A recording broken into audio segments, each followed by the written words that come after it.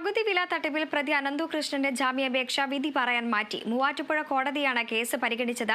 നിയമപരമായാണ് സ്ഥാപനം പ്രവർത്തിക്കുന്നതെന്ന് അനന്തു കൃഷ്ണന്റെ അഭിഭാഷകൻ പറഞ്ഞു. എന്നാൽ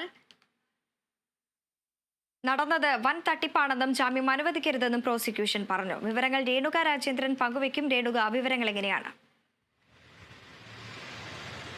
നിലവിൽ അനന്തുവിനെ ഇന്നലെ തന്നെ കോടതിയിൽ ഹാജരാക്കിയിട്ടുണ്ടായിരുന്നു. കോടതി ഏറ്റെടുത്തിട്ടുണ്ടായിരുന്നു. അനന്തുവിന്റെ ഒരു വാദം അല്ലെങ്കിൽ ജാമ്യാപേക്ഷയുമായിട്ട് തന്നെയാണ് അനന്തുവിന്റെ അഭിഭാഷകൻ രംഗത്തെത്തിയിരിക്കുന്നത്. വളരെ നിർണായകമായ ഒരു സംഭവങ്ങൾ തന്നെയാണ് അനന്തുവിന്റെ അഭിഭാഷകൻ അനന്തുവിനെ രക്ഷിക്കാനായി പറയുന്നത്. ഒരു 1000 പേർ പരാതിപ്പെട്ടിട്ടുണ്ടെങ്കിൽ 200 പേർക്ക് 1000 പേർ ഈ കേസിലുണ്ടെങ്കിൽ 200 പേര് മാത്രമേ ഈ കേസിൽ പരാതി നൽകുന്നുള്ളൂ. ബാക്കി എല്ലാവർക്കും അനന്തു പണം തിരികെ നൽകിയിട്ടുണ്ട്, അല്ലെങ്കിൽ കൃത്യമായ രീതിയിൽ സാധനങ്ങൾ എത്തിച്ചിട്ടുണ്ടെന്ന് തന്നെയാണ് പറയുന്നത്. നിലവിൽ ഒരു സിവിൽ കേസ് തലത്തിലേക്ക് അന്വേഷിക്കേണ്ട ഒരു കേസ് എന്തുകൊണ്ട് സംസ്ഥാന തലത്തിൽ ക്രൈംബ്രാഞ്ച് ഉദ്യോഗസ്ഥരുടെ അരികിലേക്ക് വരെ എത്തിക്കുന്നു എന്ന് തന്നെയാണ് അനന്തുവിന്റെ അഭിഭാഷകൻ ആവശ്യപ്പെടുന്നത്. പക്ഷേ പ്രോസിക്യൂഷൻ സെക്ഷൻ അല്ലെങ്കിൽ എതിർഭാഗം വാദിക്കുന്നത് ഇതൊരു ജില്ലയിൽ മാത്രം ഒതുങ്ങി നിൽക്കുന്ന കേസല്ല. 14 ജില്ലകൾ അല്ലെങ്കിൽ സംസ്ഥാനം ഒട്ടാകെ ചർച്ച ചെയ്യപ്പെടുന്ന അല്ലെങ്കിൽ സംസ്ഥാനത്തിനെ മുഴുവനായി കബളിപ്പിക്കുന്ന രീതിയിൽ CSR ഫണ്ട് എന്ന പേരിൽ സംസ്ഥാനത്തിനെ ഒട്ടാകെ കബളിപ്പിക്കുന്ന രീതിയിലാണ് ഈ കേസിന്റെ അന്വേഷണ തലം പോയിക്കൊണ്ടിരിക്കുന്നത്. നിലവിൽ അനന്തുവിന് ഒരു ജാമ്യാപേക്ഷ അനുവദിക്കാൻ പാടില്ലെന്ന് തന്നെയാണ് എതിർഭാഗവും വാദിക്കുന്നത്. 1000 പേർ കബളിപ്പിക്കപ്പെട്ടിട്ടുണ്ടെങ്കിൽ 200 പേർ മാത്രമാണ് എന്നൊരു കണക്ക് കൂടെ പറയുന്നുണ്ട്. നിലവിൽ ഈ കേസിന്റെ ആരംഭഘട്ടം മൂവാറ്റുപുഴയിൽ നിന്നാണ്. മൂവാറ്റുപുഴയിൽ നിന്ന് ഒരു യുവതി നൽകിയ ഒരു പരാതിയുടെ അടിസ്ഥാനത്തിലാണ് അനന്തുവിനെ പോലീസ് കസ്റ്റഡിയിലെടുത്ത് ചോദ്യം ചെയ്യും. ആ യുവതിയുടെ ഒരു കേസിന്റെ അടിസ്ഥാനമായി 9 കോടി രൂപയാണ് അനന്തു തട്ടിയെടുത്തു എന്നാണ് ആ ഒരു സമയം വന്നത്. നിലവിൽ ആ ഒരു കേസുണ്ടായ സമയത്ത് തന്നെ 71 കോടി രൂപ അനന്തു തിരികെ നൽകിയിട്ടുണ്ടായിരുന്നു എന്നൊരു ആക്ഷേപം കൂടി ഉണ്ടാവുന്നുണ്ട്. കുറെ ആൾക്കാർക്ക് അനന്തു ഈ ആദ്യഘട്ടത്തിൽ തന്നെ ഈ സർവീസിന്റെ ഭാഗമായി ലാപ്ടോപ്പും എല്ലാം നൽകിയിട്ടുണ്ട്. പക്ഷേ എറണാകുളം ജില്ലയിൽ തന്നെ ഈ ഞാറക്കൽ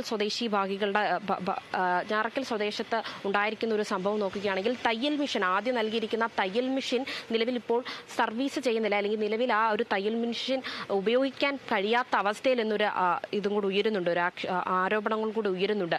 ആദ്യഘട്ടത്തിൽ എല്ലാവർക്കും കൃത്യമായി അനന്തു സാധനങ്ങൾ എത്തിച്ചിട്ടുണ്ട്. അതിനെ മുൻനിർത്തി തന്നെയാണ് രണ്ടാം ഘട്ടവും അനന്തും ഇതേപോലെ ഒരു പദ്ധതി തയ്യാറാക്കുന്നത്.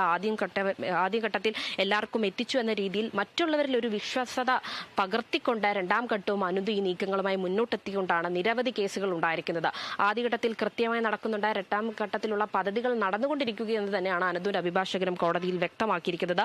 സിവിൽ കേസായി മാത്രം പരിഗണിക്കേണ്ട ഒരു കാര്യം തന്നെയാണ് അനന്തുവിന്റെ അഭിഭാഷകനും പറയുന്നുണ്ട്. നടന്നത് വലിയ തട്ടിപ്പ് എന്ന് തന്നെയാണ് എതിർഭാഗവും വാദിക്കുന്നത്. അനന്തുവിന് ജാമ്യം നൽകാൻ പാടില്ല, ആരൊക്കെ ഇതിന്റെ പിറകിൽ പ്രവർത്തിക്കുന്നുണ്ടെന്നൊരു കാര്യത്തിൽ വ്യക്തത വരേണ്ടതുണ്ട്. ഇന്നലെ തന്നെ അനന്തുവിനെതിരെ ഒരു അറസ്റ്റും കൂടെ ഒരു ഇടുക്കി ജില്ലയിൽ നിന്നും ഒരു അറസ്റ്റിന്റെ ഒരു ഫോർമൽ അറസ്റ്റ് നടപടികളിലേക്കും കടന്നിട്ടുണ്ടായിരുന്നു. കോടതിയിൽ ഹാജരാക്കുന്നതിന് മുമ്പ് ഓരോരോ ദിവസം നിർണായകമായ സംഭവങ്ങൾ ഉണ്ടാകുന്നുണ്ട്. ഇപ്പോൾ വടക്കേ പറവൂരിൽ പോലും ഈ തട്ടിപ്പിന് ഇരയായ ഒരു കൂട്ടം സംഘങ്ങൾ ഒരു ആക്ഷൻ കൗൺസിൽ രൂപീകരിച്ചതിന്റെ ഭാഗമായി ഇന്നും വില്ലേജ് തല ഓഫീസിലേക്ക് അവർ ഒരു സമരം നടത്തുന്നുണ്ട്.